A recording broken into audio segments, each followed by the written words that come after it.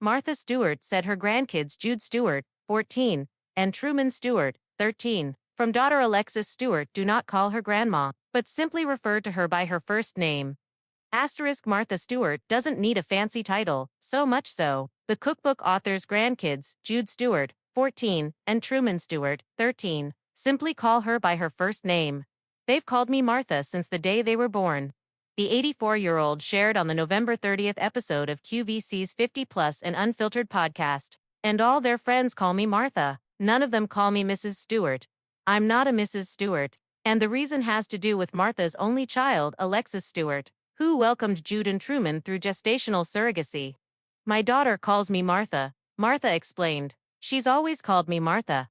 In fact, the domestic doyenne considers herself and Alexis, who she shares with ex-husband Andrew Stewart, to be more friends than mother-daughter.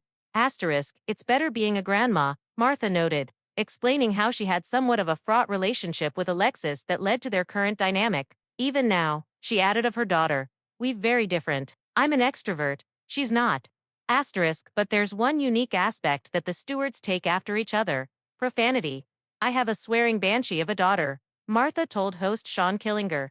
And the grandson also swears. He's only 13. And in a full-circle moment, the Martha Stewart Living founder also cheekily noted that she has her own favorite swear word. FK, Martha quipped. It's such a good one.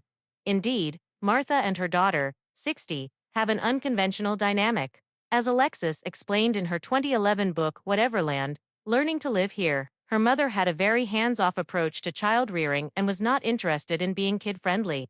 Martha does everything better. You can't win. She wrote, if I didn't do something perfectly, I had to do it again. I grew up with a glue gun pointed at my head.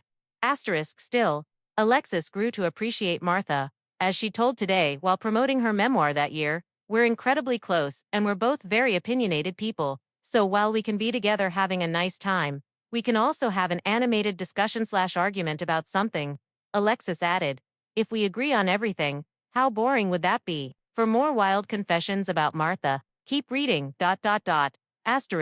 Martha Stewart, then still Martha Castira, lost her virginity when she was 19. To her future husband Andrew Stewart, a student at Yale Law School, he was very aggressive. The lifestyle mogul said in the 2024 Netflix documentary, Martha, and I liked it. It wasn't a harbinger of good things to come, but Martha maintained that kissing another man while she and Andrew were honeymooning in Europe after their 1961 nuptials wasn't that big a deal. It was neither naughty nor unfaithful, she said in Martha of smooching the stranger at a cathedral on Easter Eve in Florence, Italy. It was just emotional, of the moment. That's how I looked at it. And it was exciting. I wish we could all experience such an evening.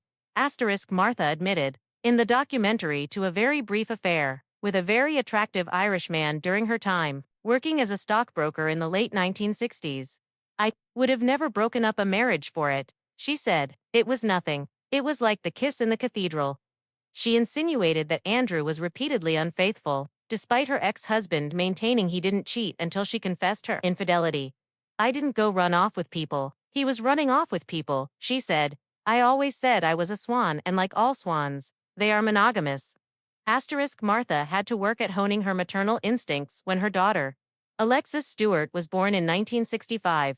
Back then, everybody was having babies so young, she reflected in Martha. That was sort of the style and the habit. I thought it was a natural thing, and it turns out it's not at all nature to be a mother. While she and Alexis remain close, Martha told People in 2020, I tried to involve her in everything, but the minute she could leave home and go to boarding school, she did. Our relationship has always been a difficult mother-daughter relationship. Difficult, but she would do anything for me, and I would do anything for her. She said, was more like prison than being at Alderson. Martha said on a February 2024 episode of her eponymous podcast that she never had a facelift, but her dermatologist, Dr. Daniel Belkin, did inject Botox in her neck and along her jawline and put filler in her cheeks and jawline. Belkin noted that they had also done ultrasound-based skin tightening, and she recalled having a Fraxel laser treatment on her body. My décolletage and across my chest looks so good now, Martha told the doctor. That is a combination of your work and Pilates. She further chalked up her radiant visage to clean eating her daily green juice ingredients come straight from her garden, naturally, and staying active. While she didn't partake herself, Martha felt fabulous when her friend and frequent co-host Snoop Dogg smoked weed around her. She shared when he was a guest on the 2022 premiere of her podcast. "It makes me feel really good," she confessed. "It does not disturb my concentration. In fact, I think it makes it even better, and it doesn't make me tired or any of the things people say marijuana does to you. It's fantastic. I think it's great." Martha loves a craft cocktail, but there's one spirit that has haunted her since she was a student at Barnard.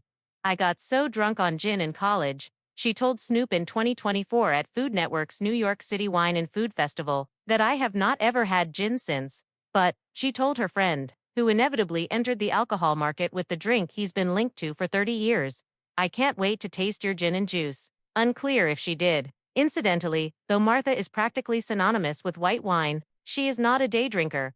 "I never drink it before dinner, ever," she told The Cut in 2017. "I couldn't function for a second if I had to drink it at lunchtime or something like that." Martha skips wearing underwear, in lieu of having her swimsuit on at all times, just in case she feels like taking a dip. "Bathing suits are my underwear," the 2023 Sports Illustrated swimsuit issue cover girl told. Page 6 in 2024. "I don't wear any of that structured stuff. No tight lace. I don't wear those. I only wear Airs bathing suits under my clothes." On Watch What Happens Live, in 2013, the answer was yes when Andy Cohen asked if Martha ever had a one-night stand. She had also sexted FYI, and her answer to whether she'd ever had a threesome was a smirking maybe. Thank you for watching the video.